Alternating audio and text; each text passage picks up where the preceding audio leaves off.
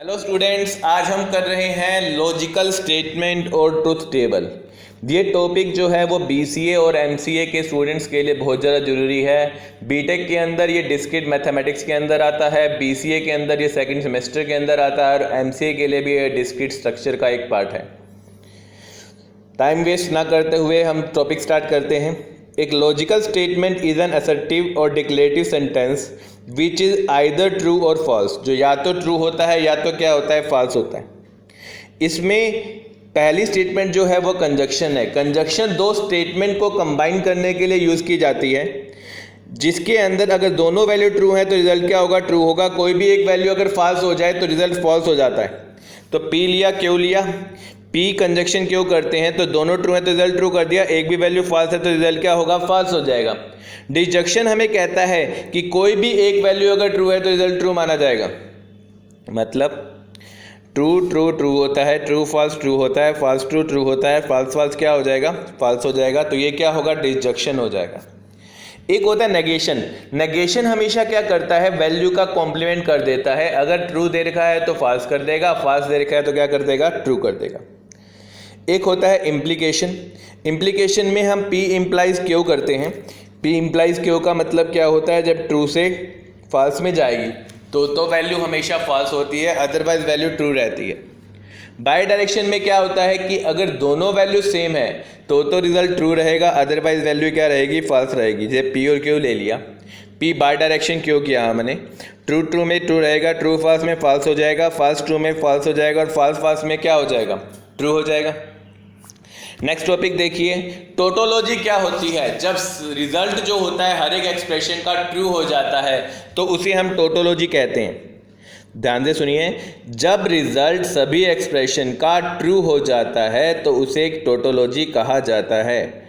ठीक है।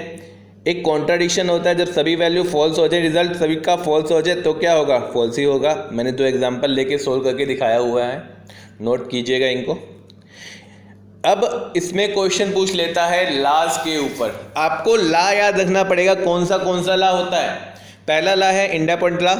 ये हमें कहता है कि पी कंजक्शन करते हैं अगर पी के साथ तो पी ही रहता है, पी डिजक्शन अगर करते हैं पी के साथ तो भी पी ही रहता है। ट्रुथ टेबल के थ्रू आपको स्ट्रॉ करके दिखाना है। कॉम्यूटेटिव लॉ हमें कहता है कि पी और क्यू अगर दो लॉजिकल स्टेटमेंट हैं तो पी का कंजक्शन क्यू के साथ कीजिए या क्यू का कंजक्शन पी के साथ कीजिए, दोनों का रिजल्ट सेम आएगा।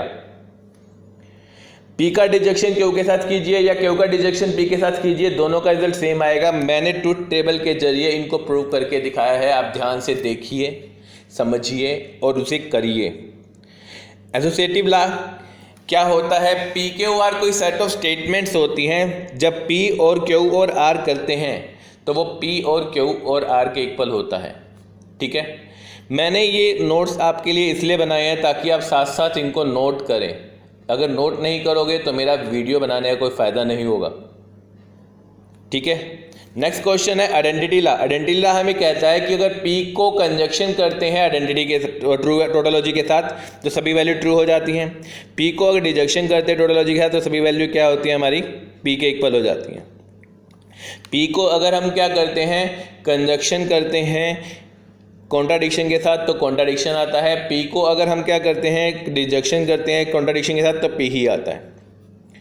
कॉम्प्लीमेंट लॉ हमें क्या कहता है, कॉम्प्लीमेंट लॉ हमें कहता है कि अगर पी को कंजक्शन कर दिया जाए पी के कॉम्प्लीमेंट के साथ तो वो कॉन्ट्राडिक्शन बन जाएगा, और पी को डिजक्शन कर दिया जाए पी के साथ तो वो हमेशा क्या बन जाएगा, टोटोलॉजी बन जाता है। इन्वोल्यूशन लॉ हमें कहता है कि पी के कॉम्प्लीमेंट का कॉम्प्लीमेंट कर दें तो हमारे पास पी ही आता है। डी मॉर्गन लॉ हमें क्या कहता है कि break the complement and change the sign. अगर कंजक्शन है तो डिजक्शन हो जाएगा, डिजक्शन है तो कंजक्शन हो जाएगा। जैसे हमने नोट नेगेशन ले रखा है पी डिजक्शन क्यू का, तो वो इक्वल होता है negation of P conjunction of negation of Q के।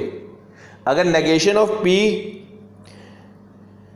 हमें लेना है कंजक्शन ऑफ क्यू के साथ तो वो negation of P disjunction of negation of Q के क्या होता है, इक्वल होता है। मैंने ट्रुथ टेबल से इसे प्रूव करके दिखाया हुआ है, आप ध्यान से इसे सोल्व करेंगे क्योंकि मोस्टली एग्जाम में डी मॉर्गन लॉ मिलता ही मिलता है।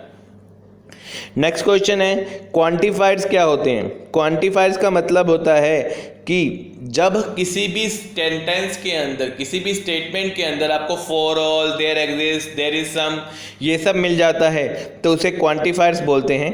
हमारे पास बेसिकली दो टाइप के क्वांटिफायर होते हैं, एक यूनिवर्सल क्वांटिफायर होता है, एक एग्जिस्टेंशियल क्वांटिफायर होता है। यूनिवर्सल क्वांटिफायर का मतलब होता है हम हर एक बंदे के बारे में बात कर रहे हैं, फॉर एवरी, फॉर ऑल, जब इनके बारे में बात हो रही है तो वो यूनिवर्सल क्वांटिफायर होगा। जब यहाँ पर एग्जिस्ट कर रही है कोई चीज़ तो वो एग्जिस्टेंशियल क्वांटिफायर होगा। यूनिवर्सल क्वांटिफायर वो क्वांटिफायर होते हैं जिसके अंदर हम हर एक चीज़ के बारे में बात कर रहे हैं। For example every Apple is red. अब यहाँ एवरी आ गया तो एवरी क्या है, सभी एप्पल्स के बारे में बात कर रहे हैं, तो इसके लिए यूनिवर्सल क्वांटिफायर का यूज़ करते हैं। एग्जिस्टेंशियल क्वांटिफायर का यूज़ हम इसलिए करते हैं कि जब हमारे पास there is something, there is little, there is anything about आ जाता है तो वहाँ पर हम एग्जिस्टेंशियल क्वांटिफायर का यूज़ करते हैं। एग्जाम्पल दे रखा है सम मैन आर क्लेवर, कुछ आदमी जो है चतुर हैं। सम आ गया यहाँ पर तो सम का मतलब एग्जिस्टेंशियल है यहाँ पर। Hope you like the video. ज़्यादा से ज़्यादा मात्रा में इस वीडियो को शेयर करें, लाइक करें और सब्सक्राइब करें मेरे चैनल को, और अपने फ्रेंड से भी सब्सक्राइब करवाएं।